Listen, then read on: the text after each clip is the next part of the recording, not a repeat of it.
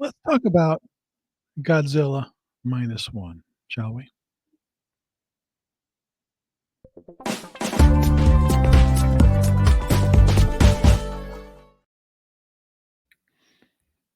Hi, everybody. It's Mark doing a members only review of Godzilla Minus One, a film I saw at the theater here in Burbank about a week ago.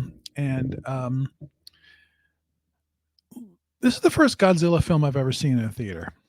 I didn't see any of the Bryan Cranston one or the Gareth Edwards one or any of the later Hollywood ones. Godzilla has always been a TV thing for me.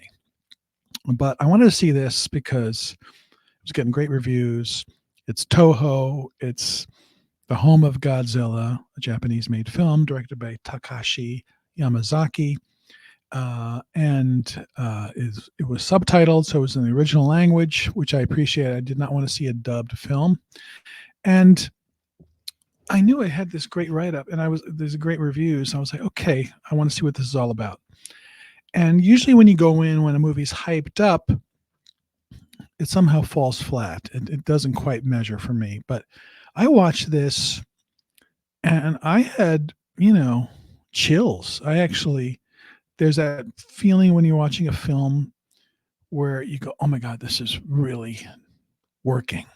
It's kind of exciting. It's something on the back of your head, the hair on the back of your neck starts to go like, oh, this is working. Certain films do that.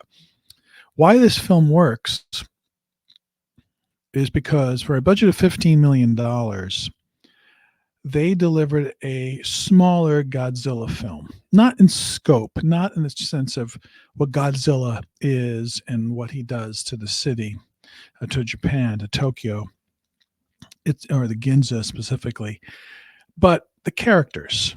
In a lot of Godzilla films, there's military, there's political, there's a bunch of scientists, everybody's doing their thing.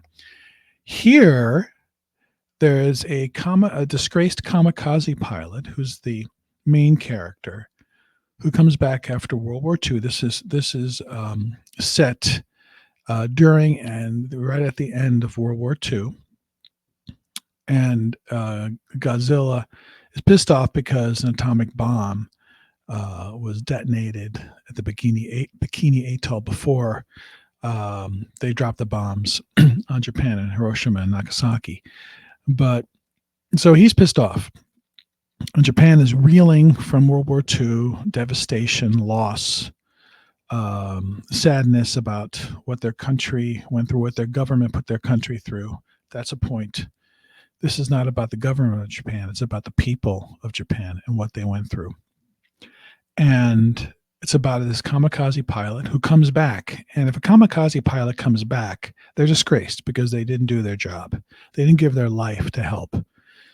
He comes back because he was nervous. And he comes back to a devastated Tokyo.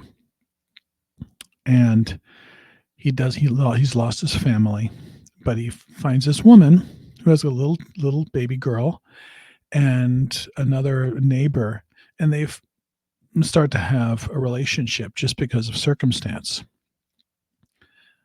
Meantime, he has some friends that are very likable. There's a scientist, there's a captain of a boat, there's this kind of sidekick, a few other people, and that's really all there is in the movie as far as the characters, which is great because you get to care about these characters, and you do care about the characters.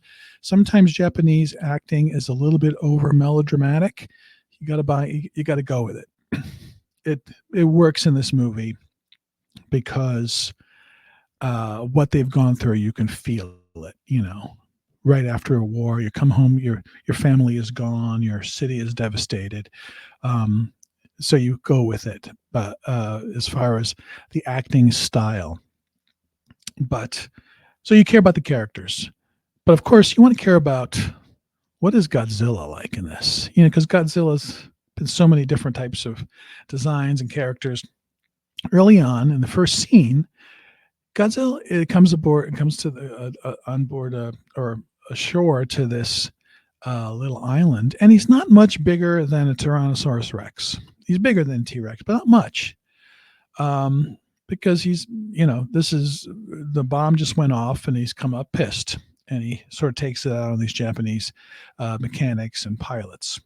But our kamikaze pilot escapes that.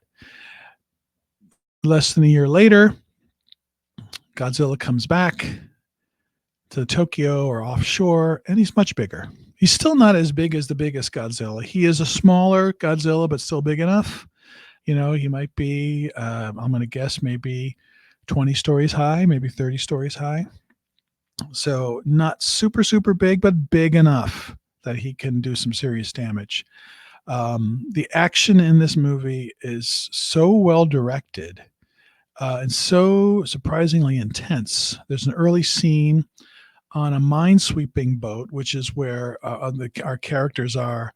The kamikaze pilot gets a job to be on this minesweeping boat that is all wooden because there are some magnetic mines, American magnetic mines that could, the boat could set it off and explode. So it's a wooden boat, and it goes out and it encounters Godzilla early on, and is seen as very reminiscent of some scenes in Jaws. And I think the director is sort of nodding at Spielberg there. And then when Godzilla comes ashore to Ginza, it's terrifically filmed. His heat ray is certainly scary and intense. And the movie continues on. There's some melodrama, there's the character development, and there's just a great climax that is really just well directed, well shot.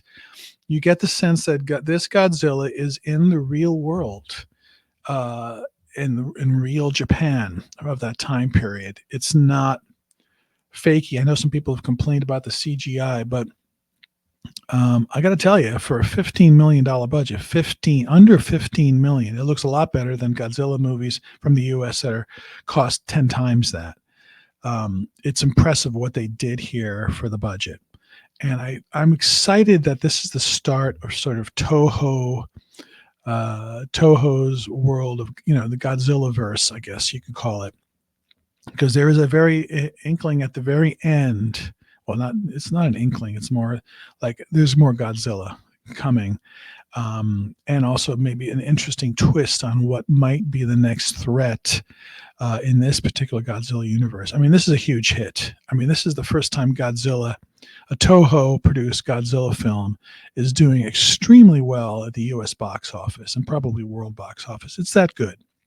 I give Takashi Yamazaki all the credit in the world, because he's not only directed it, I think he wrote it, and he also did the visual effects. So this is his film. This is his baby. And he hits a grand slam. It's really good. See it at the theater. Please do, if it's playing near you. If not, it's probably going to be streaming shortly. But I loved seeing it on the big screen. It was loud. The music, it's the original score.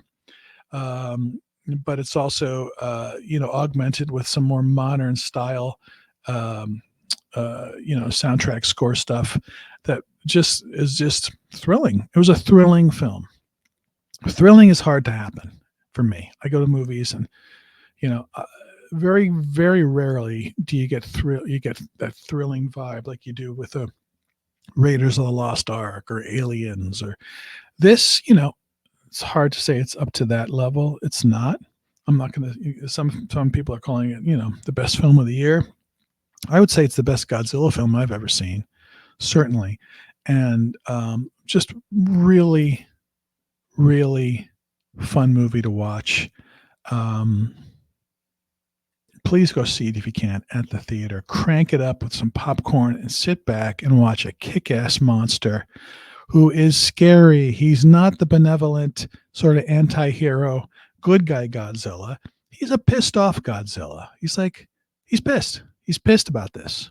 And he's going to take it out on human beings. So if you're into that, check it out, okay? Godzilla Minus One gets a big yay. Go see it from me. It was that cool. So thanks again. Thanks for being a member of Patreon and YouTube channel. We really appreciate it. And we'll keep these reviews coming. And happy 2024, everybody. Take care.